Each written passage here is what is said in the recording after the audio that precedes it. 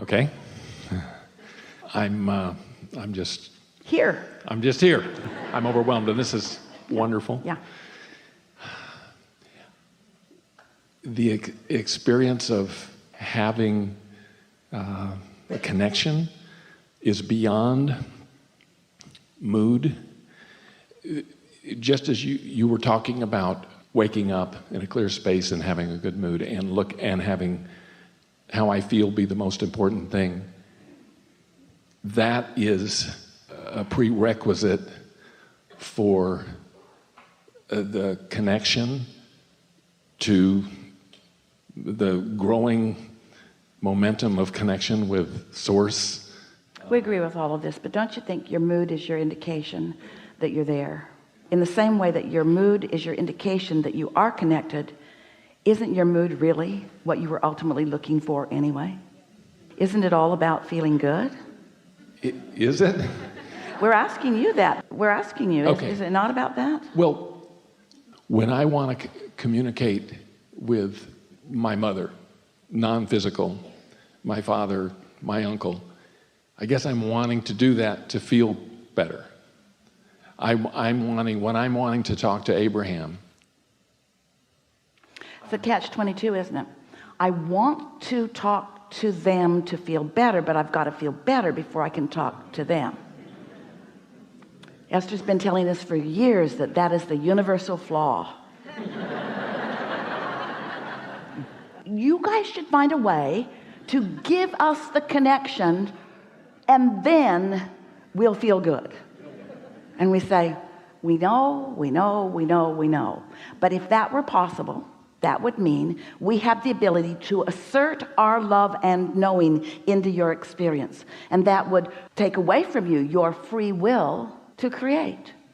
So I just am looking to feel better.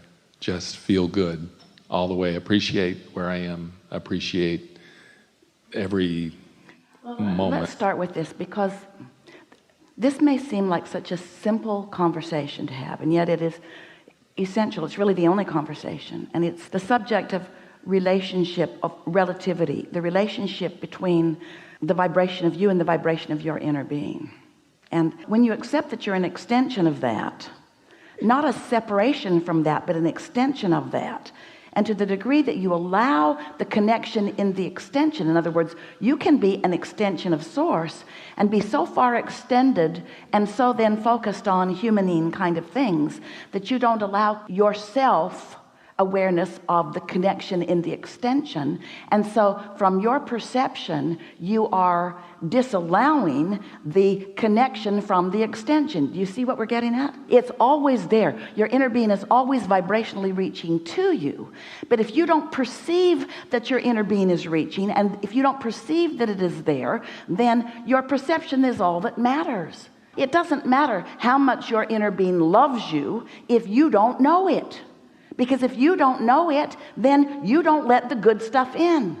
And you blame whatever it is you want to blame for not having the success. In our way of saying it, the success that you're all reaching for is the feeling of that connection. So we think it's really interesting that the very first conversation we're having here today is with you, and you're not unlike so many others who have a hard time accepting or even expressing that joy is the goal. The joy is the goal. Can you think of anything that you've ever wanted?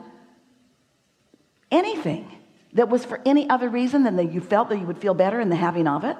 When you show yourself that it really is an easy situation to come into alignment with your inner being, because your inner being is never not focused upon you and never not extending to you.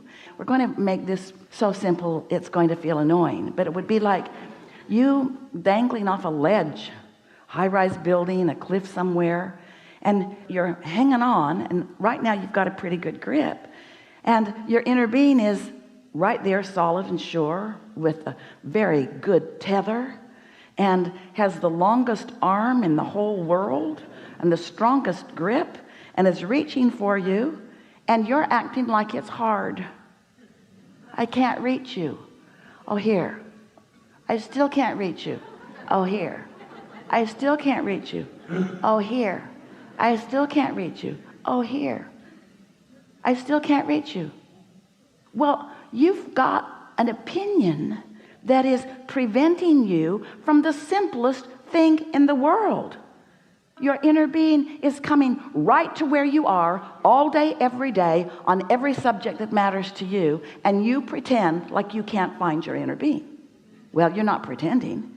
You can't find your inner being if you haven't been practicing knowing that your inner being exists, if you haven't been noticing how often the clarity is there. You've let, and it's normal that you would do it, you've let your perception about this help misinform you. You think that because you can't see the help, that it's not there. You think that because it takes a little while for it to manifest in a way that makes it obvious, that it isn't there. But if you could walk away from this gathering here today with some sense that it's there and it's reaching for you, and you would just make the slightest bit of effort to accept that, well, what's that going to require? What's the one thing that you could do, that everyone could do, that would make the closing of that gap simple? What could you know? What could you try to know? What could you believe, or what could you hope to believe that would close that gap? The love of my inner being is constant for me, and I do not have to earn it. My world, the humans in my world, have trained me differently. They have sought my approval. They want me to approve of them, or they want to approve of me. They have motives, often, not all. There are a lot of them that are hooked up that act just like inner beings. But if you've let others who give you love and withhold it, and who give it to you and withhold it, and who show you that when you please them, they love you, but when you don't please them, they don't love you, and so you're all mixed up about what it takes to get love, then you might be superimposing all that crap over the way your inner being is. You might not know that your inner being loves you unconditionally, and always has and always will, and is always right there, and that you don't have to prove worthiness or earn worthiness. You just have to know that your inner being is there, and just let your guard down and take the help.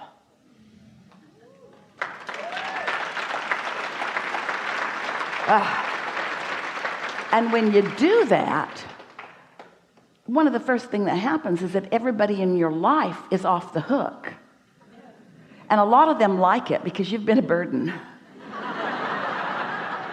And a lot of them don't like it because they've been playing that game with all the gusto that they've got, and now you're behaving differently. They don't know what to do with you. So there may be a little upheaval as they find their balance in the whole thing. Helpful? Wonderful. Wonderful. Thank you so much.